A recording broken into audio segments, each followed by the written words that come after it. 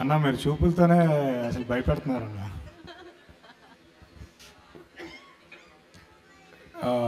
Hello అండి, నేను ఈరోజు ఈ స్టేజ్ మీద ఇలా ఒక సినిమాని ప్రొడ్యూస్ చేసి ఇలా నిలబడడానికి కారణం కొంతమంది వ్యక్తులు ఉన్నారు. అంటే వాళ్ళు లేకపోతే నా జర్నీ అసలు బిగిన్ అయ్యేదే కాదు.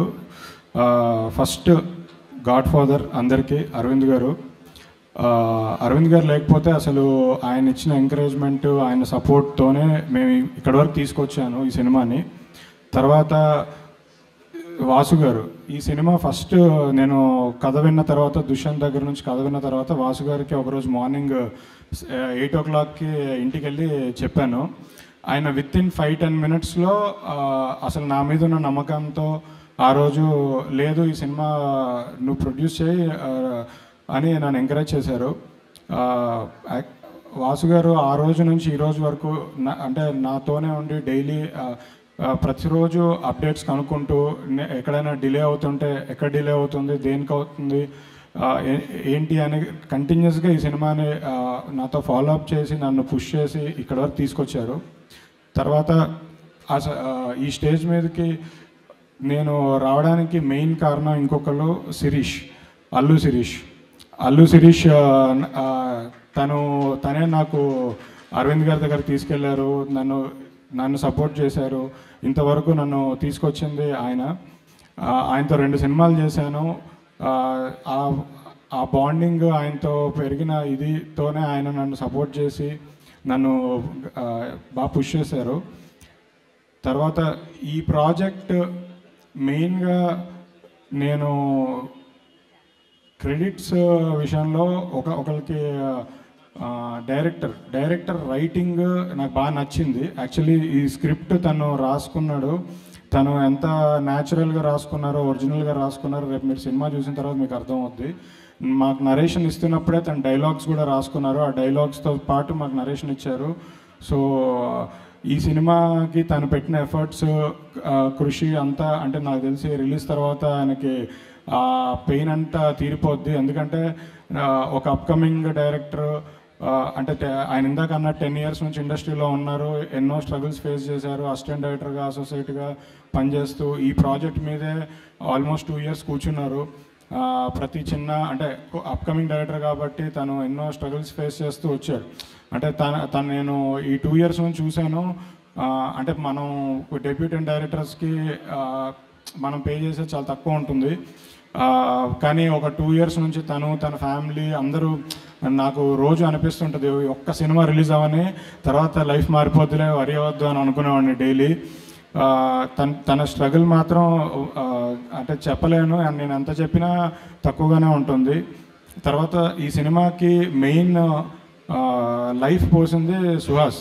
అంటే డైరెక్టర్ని బిలీవ్ చేసి ఫస్ట్ ఈ కథ చెప్పగానే అంటే సుహాస్ కూడా అప్పుడు ఇంకా కలర్ ఫోటో జస్ట్ రిలీజ్ అయిందో ముందు చెప్పాడో తెలియదు నాకు, కానీ ఒక ఫ్రెండ్కి ఒక డైరెక్టర్ని బిలీవ్ చేసి ఈ కథ నేను చేస్తాను అని. ఎందుకంటే ఈ కథలో ఉన్న ఎలిమెంట్స్ వల్ల సుహాస్ ఆల్మోస్ట్ ఒక 1 year వేరే సినిమాలు ఏవి చేయకుండా దీనికోసం వెయిట్ చేసి దీనికోసమే ఇన్ని రోజులు టైం పెట్టాడు.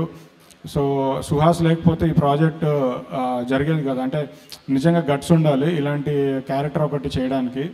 తర్వాత అందరు ఆర్టిస్టులు, టెక్నీషియన్స్ అంటే కొత్త అమ్మాయి హీరోయిన్ శివాని, శరణ్య గారు, అందరు ఆర్టిస్టులు బాగా చేశారు. నితిన్, టెక్నీషియన్స్, డిఓపి బేగ్, మన editor Pawan Kalyan, music director Shekhar Chandra అందరూ బాగా చేశారు. అంటే ఈ సినిమాని సపోర్ట్ చేశారు. అంటే వాళ్ళ సొంత సినిమా లాగా ఫీల్ అయ్యి వేరే ప్రాజెక్ట్స్ ఏమున్నా దీనికి ఎక్కువ టైం పెట్టి మాతో పాటు ట్రావెల్ అయ్యారు ఈ సినిమాతో. సో ఇక్కడ వరకు జర్నీ ఒకలాగా వచ్చింది. అందరం బాగా హ్యాపీ ఫీల్ అయ్యాము, చూసుకున్నాము, అంతా చూసాము. బట్ నిజంగా లాస్ట్ మినిట్లో నిజంగా నా కోసం వచ్చి చాలా వాల్యుబుల్ ఇన్పుట్స్ ఇచ్చి ఈ సినిమాని మాతో పాటు అంటే లాస్ట్ 1 week 10 days నుంచి అంటే తన సినిమాలాగా ఉండి మాతో నడిపించింది సాయి రాజేష్ గారు. అంటే నేను ఆయనకి ఎన్నిసార్లు థ్యాంక్స్ చెప్పినా సరిపోదు. నిజంగా అంటే ఆయన మా కోసం లాస్ట్ 1 వీక్ నుంచి లిటరల్లీ ప్రతి పాయింట్ ప్రతి సీన్ రీచెక్ చేసుకొని అసలు మాకెంత హెల్ప్ చేశారో, అంటే మాతో పాటు మాకు సపోర్ట్ సిస్టంలో నిలబడ్డారు సాయి రాజేష్ గారు అండ్ రవి ఇక్కడ లేరు, ఎక్కడ ఎడిట్ దగ్గర ఎక్కడ ఉంటాడు. బట్ రవి కూడా చాలా సపోర్ట్ చేసి మాకు హెల్ప్ చేశాడు.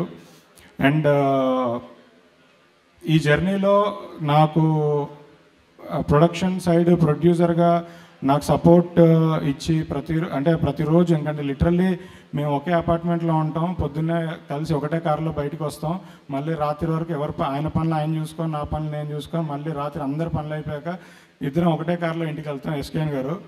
అంటే ఇంకా లిటరల్లీ జర్నీ అంతా ఒక ఫ్యామిలీ లాగా అయిపోయింది మాకు. సో బేసికలీ ఇంతమంది సపోర్ట్తో నేను ఇక్కడ వరకు వచ్చాను, ఈ సినిమా ఇలా తీశాను. So thank you everyone. మా చీఫ్ గెస్ట్ అడవి శేషు గారు, బేసికలీ నాకు మీరంటే చాలా ఇష్టం అండి. నేను యాక్చువల్లీ మీకు ఈ మాట ఎప్పుడు చెప్పలేదు, కానీ రాహుల్కి చాలాసార్లు చెప్తూ ఉంటాను.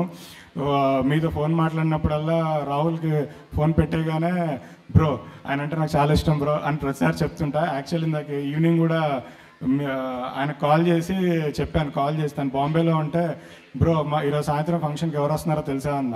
ఎవరు బ్రో అని అడిగారు. బ్రో శేష్ గారు వస్తున్నారా అని చెప్పాను. అవునా అన్న. సో బేసికలీ మీ గురించి మేమిద్దరం చాలా ఎక్కువ మాట్లాడుకుంటూ ఉంటాం.